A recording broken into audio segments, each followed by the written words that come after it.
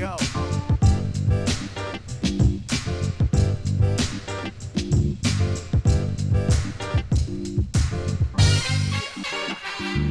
Crap.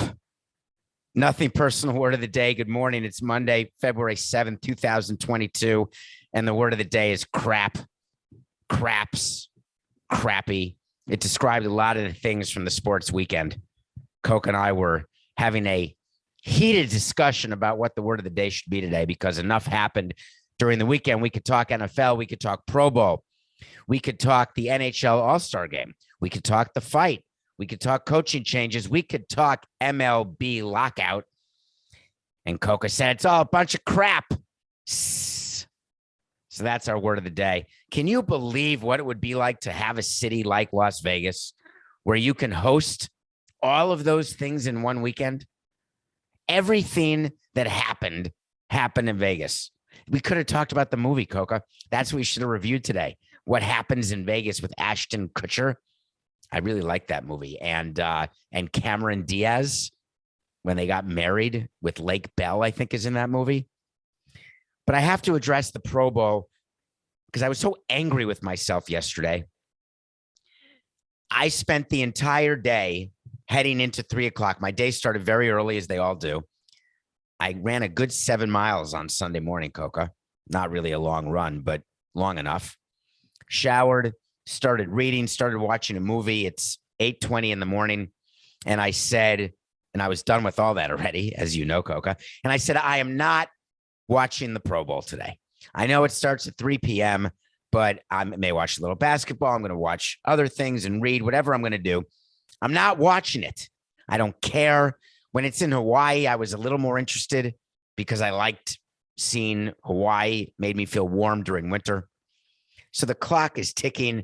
I don't quite have the Sunday scaries yet, but I'm working on today's show and I'm writing down the rundown and thinking about topics, and the clock is ticking and it's going.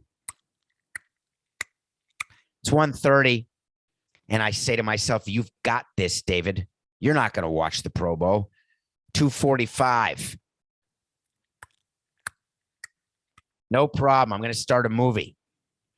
3:04. Let me just take a quick look. I have an addiction. One of the addictions I have is to my telephone. That is true. And another addiction I have is to not being able to handle when something's going on that I could know about.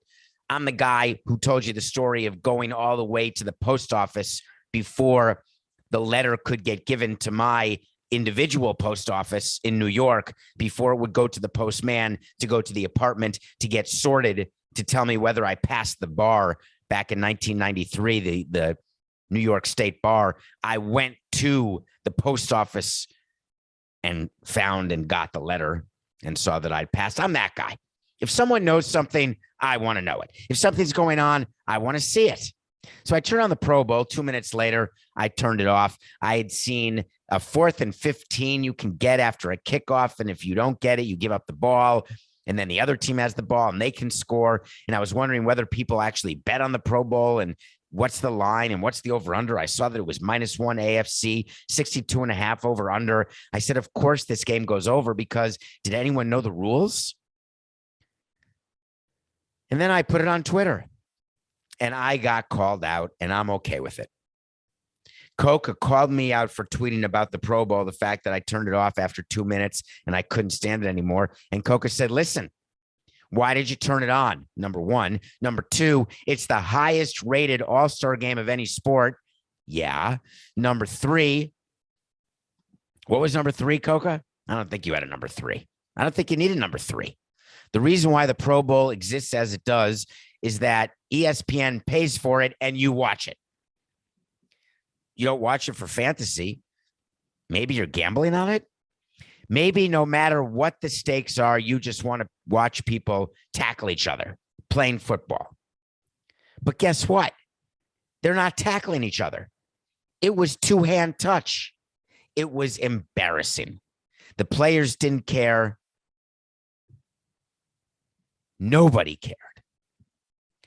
So Vegas is this town where they had no professional sports teams. They had the AAA team. And all the commissioners would meet. And then the commissioner of baseball, Bud Selig, would come back and talk to us about these conversations he was having about Vegas, how he did not want to put a team in Vegas. But we all said to him, whoever is first to Vegas is going to have an unbelievable competitive advantage because this is the city that never sleeps, way more so than New York. This town can party. You want to put your players in a position to get in trouble. This is the town. One of the things that stopped baseball from going into Vegas was obviously Bud Selig's view of gambling. And two, our view that we did not want our teams going into Vegas to play. Because when players go into Vegas, they're going to party. They're going to stay up all night. They're going to get in trouble. I came to learn, being in the game, that it doesn't matter what the city is. If players want to find trouble, they're going to find it. If you want to find a place to party, you're going to find a place to party. There's always trouble to get into, no matter where you are. So then why not go to Vegas? And my answer always was, I don't want to make it easy. I want the players who get in trouble to have to actually search for it, actively find it, then get in trouble. It's sort of like why I don't want to supply different things to players. If they want it so badly, they're going to have to go get it, whether it's steroids or drugs or anything, right? You got to find it. In Vegas, you don't even have to step off your elevator and you have found it. We didn't want to be first into Vegas because we thought that we would not be able to explain how this market could support baseball. We weren't for sure that it would. And we didn't want to be the first league to pop the Vegas cherry. Now, here's the interesting thing about the 3 cherries on the slot machine. That's not a coincidence, by the way. Here's the thing about what Vegas stands for and what they do and how they've done it. The Golden Knights get in there in the NHL. Then you've got the NFL team come. Now, baseball is thinking they're going to make it. Basketball would love to have a team there. They're going to become oversaturated, and it is a guarantee that that market cannot support 4 teams. So being third means you have a shot. Being fourth means you have no shot. So all these leagues who are followers are now going to, yes, the WNBA does have a team as well, Coca. Thank you. I'm aware of that. But I'm talking about the 4. I'm talking about hockey and basketball and baseball and football. You have to be first. And this goes for anything you're doing. If you're a follower, you're not taking advantage of the market opportunity to its fullest. What's the risk of that? The risk is that you will not reap the entire reward. The benefit is that you can't be completely wrong. The whole idea of risk reward is meant to explain to you that the only way to win a lot is to be willing to lose a lot. That goes for gambling. That goes for business.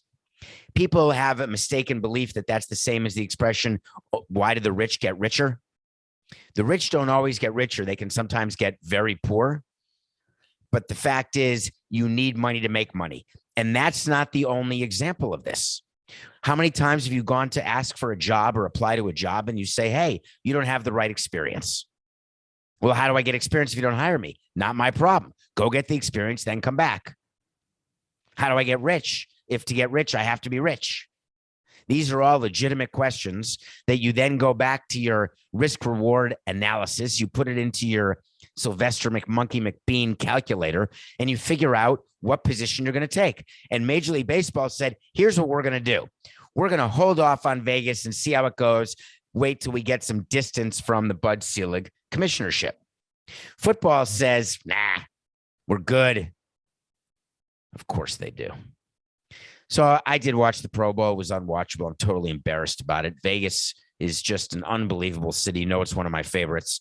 Will Vegas get a third sports team?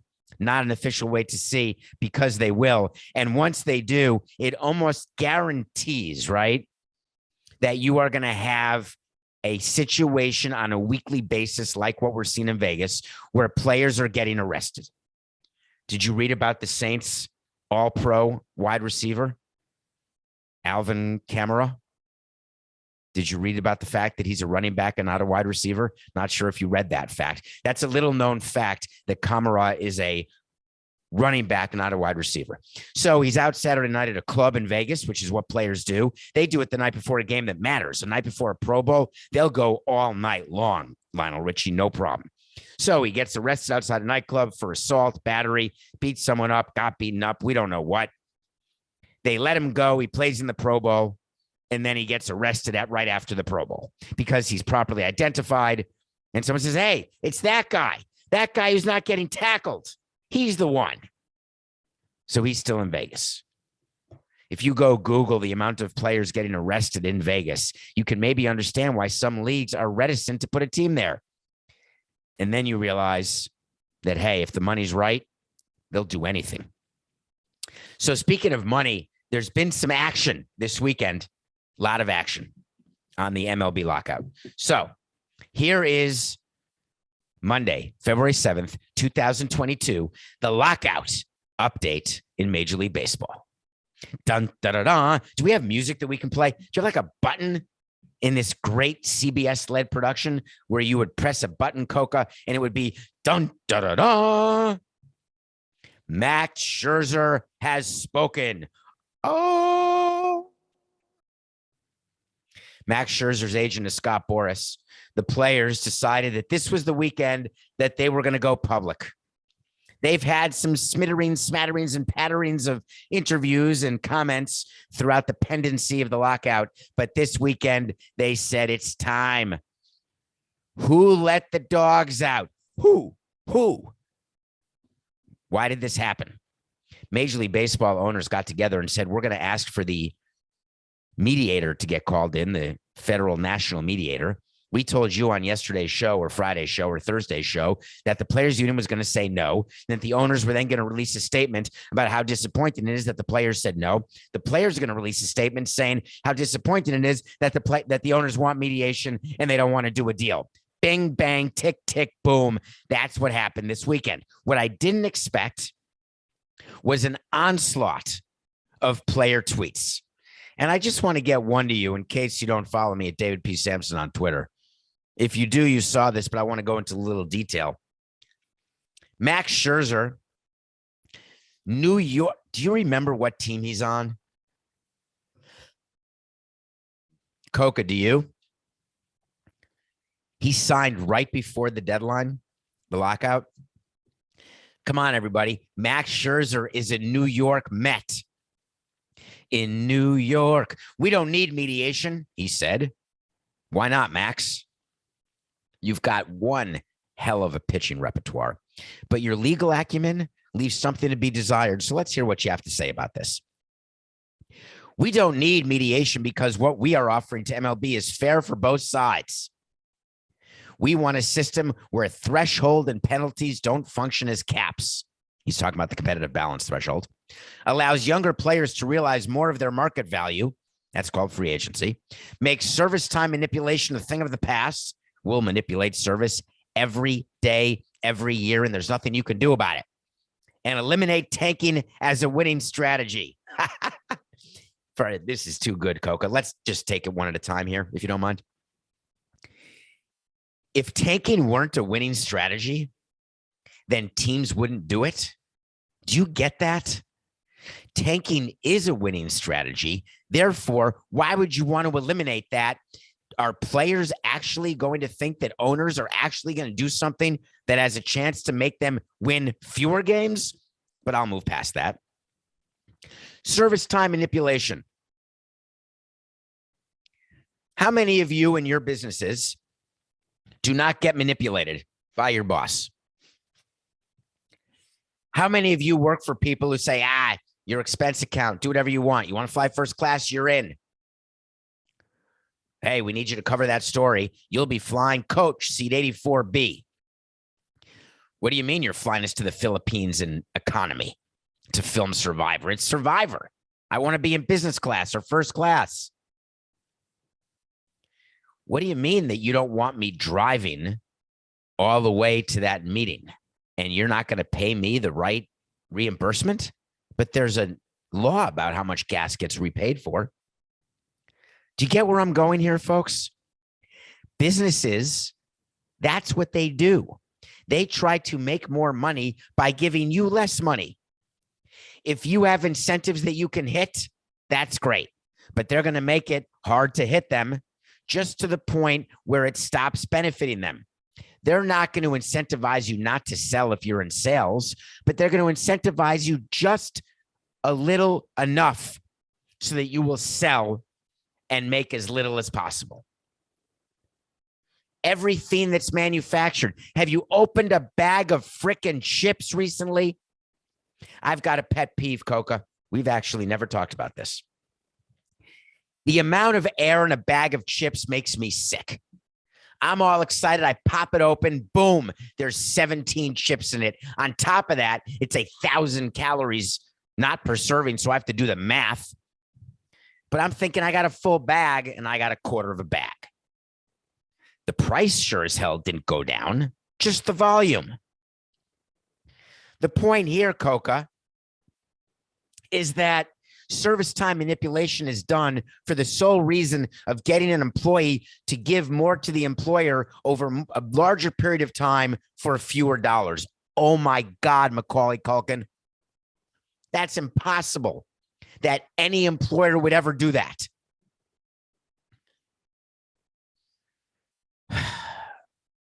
Max Scherzer has a hashtag along with all the players called At the Table.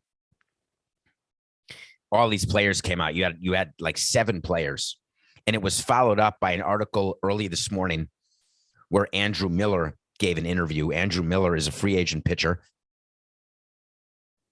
Andrew Miller is the head of the players union, the head player rep, not the head of the players union. That's Tony Clark. So the players sat down along with their lead negotiator, Bruce Mayer, and their lead agent, Scott Boras, and they came up with this plan. We are going to get the public to understand why what we're doing is right and what the owners are doing are wrong. And guess what, players? Guess what, owners? No one cares. People are tired of your statements. They don't believe you because they listen to nothing personal. And they know that everything you say is a crock of crap. But that didn't stop the statements or the tweets. These players saying, hey, get to the table, negotiate. MLB said, we're not even going to make a counteroffer to your offer. The players got all upset. How could you not counteroffer our offer? Well, your offer was not even an offer. I've been there. I've done these collective bargaining deals. I've been around for the negotiations. I've seen how they go. I've told you from the beginning what's normal, what's not. There has not been one thing that's not normal. I'm just laughing at the strategy the players and owners are using, thinking that they're fooling any of us, any of you. They're not fooling me, which means by transitive property of fooling, they're not fooling you anymore. So the owners released this absolutely ridiculous statement after the players said no. And they wanted you to read it, and they wanted you to know what their goal was. So they started a statement. I like this. When you're going to release a statement, you got to make it clear. Why are you releasing the statement? What precipitated this, and what do you want? Our goal is to have players on the field and fans in the ballparks for spring training and opening day. NS squared, baby. Does anyone know what NS squared is? Coca, do you? I'm right here. Can you hear me? Do you know what NS squared is? Any chance you do? God, you are such a non-boomer. No shit, Sherlock. With camp scheduled to open in less than 2 weeks. Who wrote this statement? Dan Hallam should be furious at this statement. It should be with camp scheduled to open in fewer than 2 weeks. If you can count it, it's fewer. If you can't count it, it's less. Can you count calories? I know you can. 1/3 fewer calories than the regular beer. Miller Lite did an entire ad campaign. I wouldn't drink a Miller Lite because they made us stupider. Get it? They made us more stupid. I know you got that. With camp scheduled to open in less than 2 weeks, it is time to get immediate assistance from the Federal Mediation and Conciliation Service to help us work through our differences and break the deadlock. No, it's actually time to compromise. Here's what the statement should have said. Our goal is to maximize revenue over the course of the next 5 years, and we fully understand that sacrificing part of the 2022 season may be necessary to achieve that goal. The players may not understand this, but as owners, we hold teams for a longer period of time than players play in the game. Therefore, we're going to wait them out. Now, we could get a mediator involved if they want to, but it's not quite necessary. We know exactly as owners where we're willing to compromise and where we're not. And we've got enough money saved up and we've got enough capacity for debt, and our owners have enough capital that we really are not going to have a problem. P.S. Our teams aren't going to go down in value, so we have the collateral to borrow whatever we want and to keep borrowing what we want. Any questions? The players then respond with, oh, no, it's different this time. This is the time we're going to break you. Even if we have to miss the entire 2022 season, we are going to get accomplished what we want to get accomplished. Forget the fact that if baseball is canceled in 2022, the owners will spend the next 10 years trying to get baseball back, whether it's with steroids or drugs or any such thing that will have some sort of record be approached and broken to bring interest back and fans back like they did in 98 with McGuire and Sosa. But guess what? Owners can control their expenses. They don't have to sign you.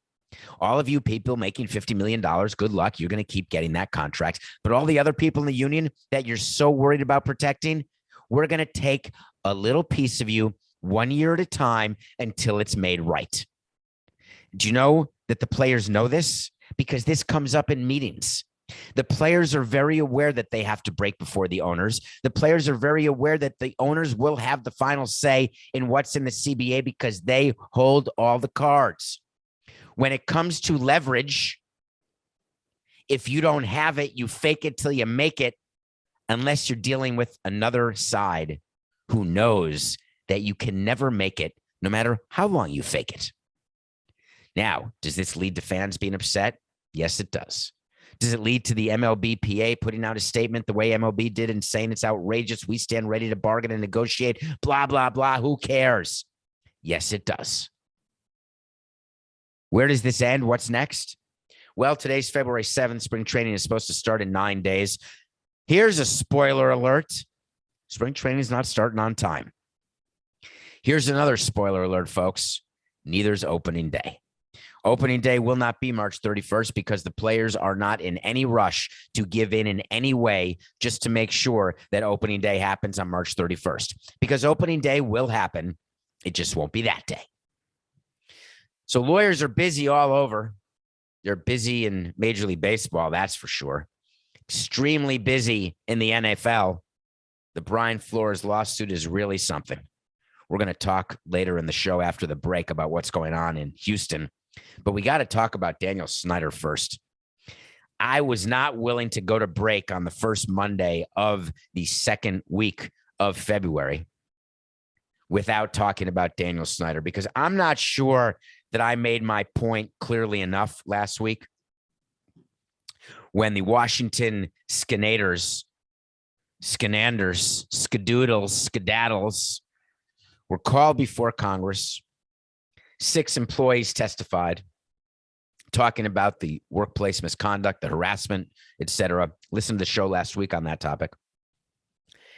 Well, Dan Snyder couldn't let the weekend pass without his attorney giving a statement.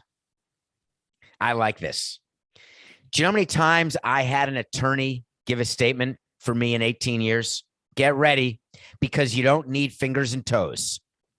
0. That's the number of times we had an attorney give a statement. When there's something to say, I'm going to say it. If there's something I don't want to say, the team's going to say it. If there's something really good going on, the owner's going to say it. Why would you have your lawyer make a statement for you if you're Dan Snyder? Here's why. Because Dan Snyder is controlling everything, as you know. He decides what's said when. He decides what's written when. Story came out this weekend also that the 650,000 emails and the report by the law firm Wilkinson is not being made public because Dan Snyder has to be in agreement with the NFL to make it public, and Dan Snyder said no. The NFL is claiming attorney-client privilege to not releasing the reports by Wilkinson, the law firm hired after they got rid of Coca, Samson, and Howe. Wilkinson was hired to do this report on the Washington football team front office, and they did it orally, whatever. They didn't actually, but the NFL doesn't want to release it. So Dan Snyder, people are saying, is controlling what people know about him. And then he gets very upset when people testify about things he did. And so he sends his lawyer out the day after he gave a statement saying it's all a bunch of horse hockey and it's 13 years old. We eviscerated him on a recent show, but his attorney wanted to double down, and so he did. By shaming the employee who testified in front of Congress, by shaming the employee, saying that she was making this up. In fact, she was happy, never had a problem with the command skins. And the lawyer said the former team employee who spoke for the first time yesterday resigned through a thankful and cheery resignation note more than 13 years ago. Time out. I've read a lot of resignation notes in my time. I fired a lot of people in my time. I can't say that I've ever described one of them as cheery. Hey, cheerio. I love you guys. Why are you resigning after 5.5 years when you're in the middle? Wait, are you over 75 years old? Are you that tired? Have you been in the league 50 years? Are you burnt out? No, I'm in my 30s. I'm just starting, baby. I'm in Bed Bath & Beyond with Adam Sandler, and I'm just starting. Dear Dan, please accept this note as a resignation, but man, did I have fun here. Cheers. I'm so happy working here for you and all of the people, the wonderful people at the Washington Redanders. The lawyer said it was a thankful and cheery resignation note, citing her 5.5 wonderful years. We understand that she was approached by the Wilkinson law firm in 2020 as part of its investigation, but she refused to be interviewed. And now here comes the number one. The unsworn allegations she made for the first time yesterday against Mr. Snyder are false and have been categorically denied by Mr. Snyder. I wonder why he put in there the unsworn allegations. Oh, because she wasn't under oath. Oh, my God, of course. Because if you're under oath, you don't lie. But if you're not under oath, you do lie because you're not under oath. Who do you think we are, Dan? This is not ending, folks. We're going to get to talk about Dan Snyder more because Roger Goodell is not going to be able to let this slide away and go away as much as he wants to. When we come back, we're going to review a movie called The Rescue. And we're going to talk about what's going on in Houston because it is so blatantly obvious that it should be offensive to every single person, no matter what your race, ethnicity, gender, or height or weight is. We'll be right back. Welcome back to Nothing Personal. It's David Samson on a Monday, February 7th, 2022. Coca and I are here again. Thank you for rating and reviewing. Tell your friends about the show because we try to have fun every day. We appreciate your 45 minutes. We watch a movie every day. Coca and I had a moment this weekend. We do speak. I speak to Coca. Wow. I just realized this, Coca. I believe that I speak and text with you more than anyone else in my life. Wow. That really is quite the epiphany for a random Monday morning. And the irony is that Coca is now beginning to realize that sometimes you got to say things twice to me or remind me of things because I focus on what I want to focus on. And when I don't want to focus, I don't focus. And Coca's getting to know me because when we're going over the show and he's looking at me on Zoom or we're on FaceTime or wherever we are, and he'll say, David, did you hear what I just said? Hello? Hello? Because I'd be looking at my phone. Well, I watched a movie that I was looking at. Let me tell you the real story, Coke, and you're not going to believe this. I went on a website like I do in the morning just to see what Oscar movies are available to be streamed because tomorrow morning Oscar nominations come out. Get ready, 8:18 a.m. Eastern time tomorrow, Oscar nominations. We'll have it for you on tomorrow's show. Any snubs, any surprises. And I have a list of movies I have to see because I want to see pretty much every nominated movie. So I went on a list And there's a documentary feature called The Rescue that may be nominated tomorrow. And I'd never heard of it. I looked it up and I said, wow, it's the story of the 12 kids in Thailand who, along with their coach, got stuck in a cave. And there were a bunch of people who had to spelunk in order to find them and get them out. I have some recollection of that. But I said, if it's going to be nominated, let me sit and watch it. I watch it. I text Coca. I say, Coca, I just watched a movie on Disney Plus called The Rescue. It's unbelievable. He said, I know. I told you to watch it. And I said, no, you didn't, Coca. I just read it on a list of movies that are potential nominees for Best Documentary Feature. And he said, I don't care, Boomer. I told you to watch it. I said, whatever. I watched it. It's 107 minutes of a riveting story, which blew my mind, what these people did. And here is my takeaway.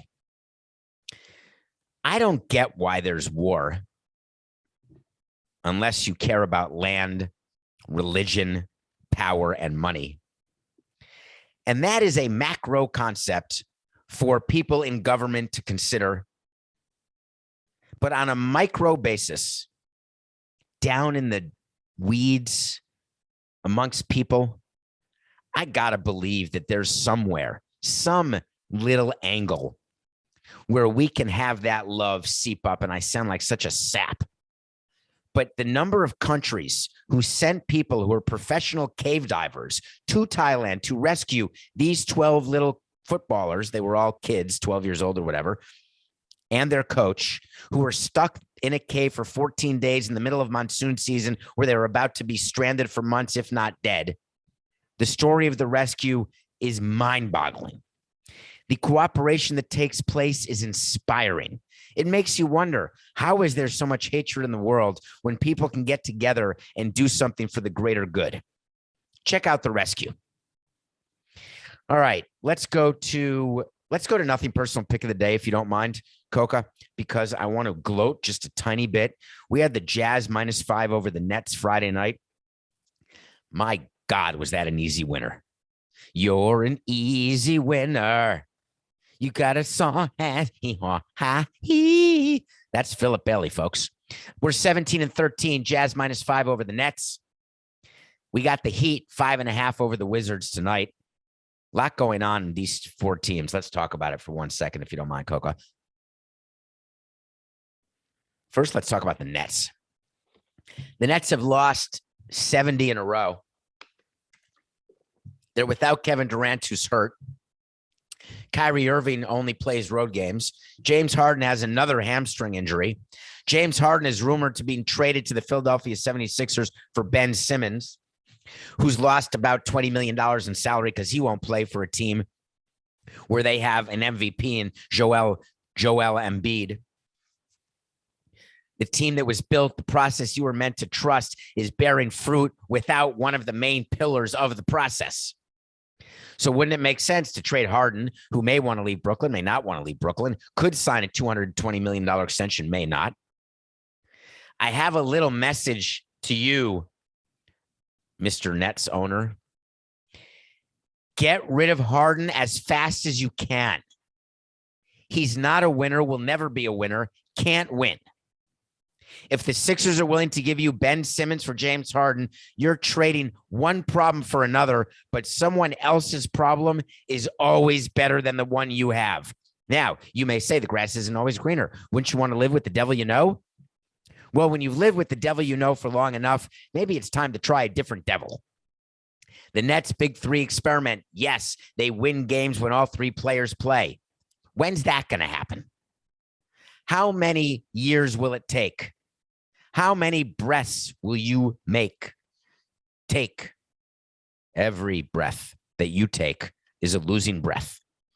But the Nets announced through Steve Nash.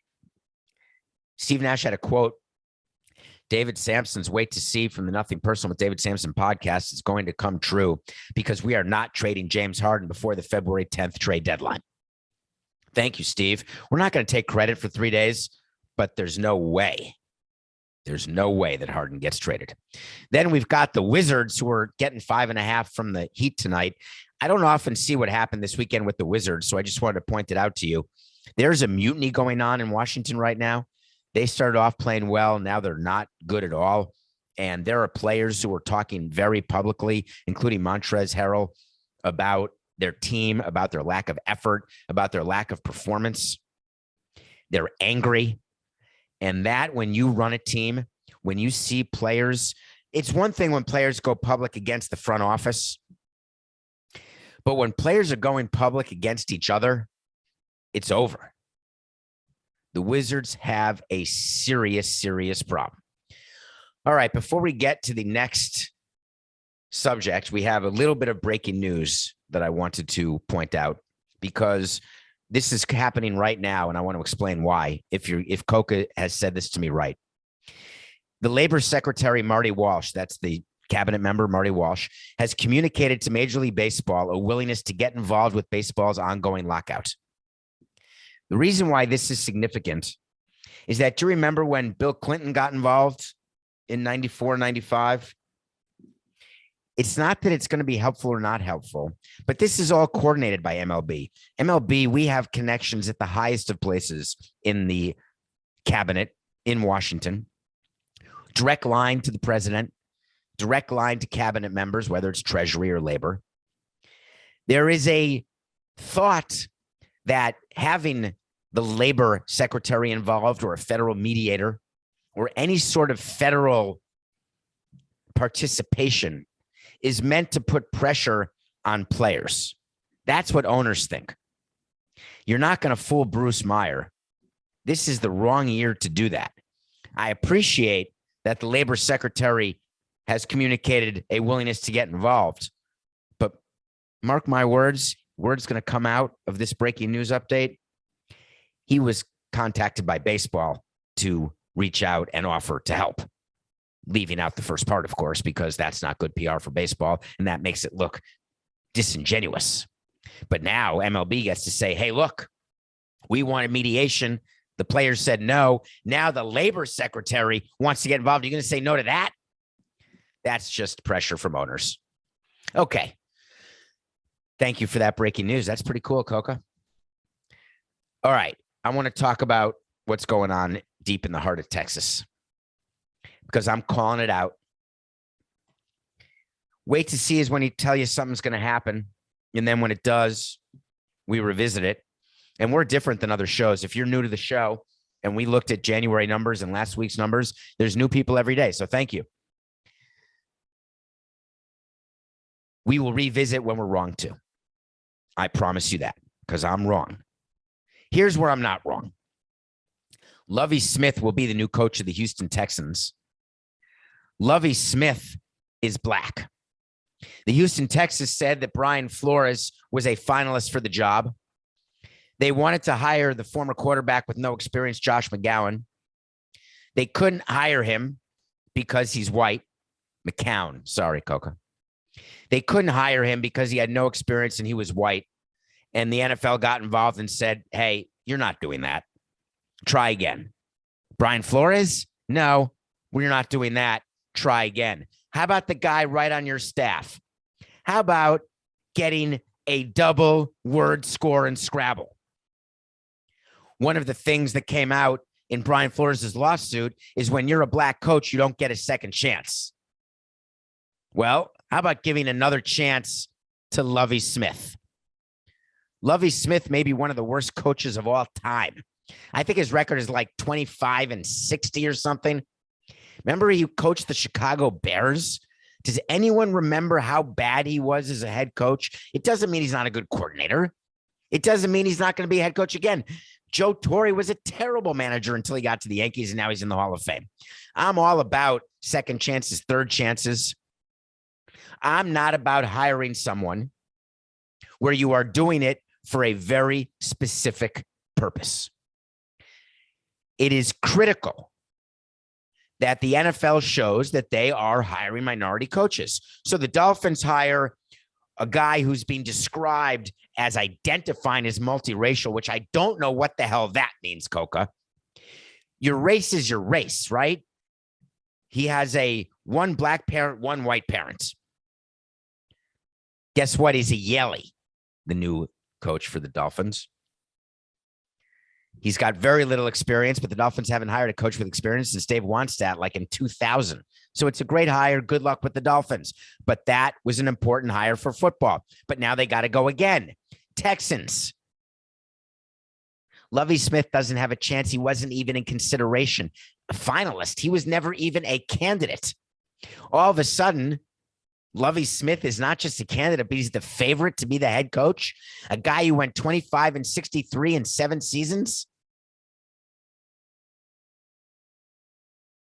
A guy who failed with Tampa. I guess he was okay in Chicago. Not too good at Illinois, but doesn't matter. The point is, do you all think that it is right and proper? And I would like to have you have a conversation with your friends and family about this. Because I've had. We're trying to fix diversity. Such a terrible way to say it. That's what everyone says. Let's fix our diversity problems. We've got to increase diversity. No, we just want more representation. That goes back hundreds of years, right? Taxation without representation. What people want is representation. Representation means when you look in a room, you feel as though you're not alone. You feel as though there are people who look like you, or people who have had your experiences, people who understand you as you would understand them, because no one wants to be alone. The reason why pioneers in race and discrimination, the reason why they get history on their side and why they become famous and get so much attention, guess why? Because at one point they started off completely alone. And they led, they gathered people, they gathered followers. The NFL, as well as Major League Baseball and all the other sports, when they come out and say, we need to do better, what they're saying is not that they need to improve diversity. They need to do better with representation. So what the NFL did is they called up Houston and they said, hey, listen, we need to do a window dressing hire here. We can't have you hire a first-time, no experience head coach who's white. You got to do a retread and make sure the retread is black. If you're Lovie Smith, you want to know how to forward this cause? Any thoughts? I'll tell you how to forward it. Don't take the job. When you're offered the job, and this is terrible to say to someone to not get a raise and not help your financial situation and provide for your family. But how about if you don't take the job and you say instead, I'm not a candidate for this job. You only thought of me after Brian Flores filed his lawsuit. Now, the owners of Houston will come out and say, hey, listen, we had a black coach. We fired. Remember, they're the ones who fired the 65-year-old coach, first-time head coach, David Culley. He didn't have Deshaun Watson. He had 2 hands tied behind his back. They never put batteries in his headset during the course of the season, so he couldn't communicate with any of the coordinators, so they couldn't win any games, yet they won the same number of games as they did last year under the previous coach who they fired, and then they fired Culley. I know you remember that. But do you think that Roger Goodell thinks that you're fooled by the hiring of Lovie Smith? Are you? Are we that manipulated and stupid that we actually will let Roger Goodell and the Houston Texans get away with this and then raise our arms and say, look, things are better. We've got someone who identifies as multiracial and a black retread. They filled 2 of the final 3 spots. We're back. We're good. Hey, Brian, we're going to file a response to your lawsuit and say, what you talking about, Willis? Everything's great here. It's a joke. Do not let him get away with this. Here's the problem. The problem starts with a 3 and it ends with a 2. There's only 32 head coaching jobs in the NFL. There's only 30 managerial positions open in baseball. Anybody you offer a position to is going to take it. Now, I offered the job to Jim Harbaugh and he didn't take it. Horse hockey. He was never going to Minnesota. Lovie Smith is going to get offered the job at the Texans. Lovie Smith is going to take the job with the Texans. And that will be marked as tremendous, uplifting, beautiful progress in the area of representation and diversification. And we will look back at this day in 1 year, in 3 years, and in 5 years. And we will say, God dang dog it. How did we let Roger Goodell fool us again? It's just business. This is nothing personal.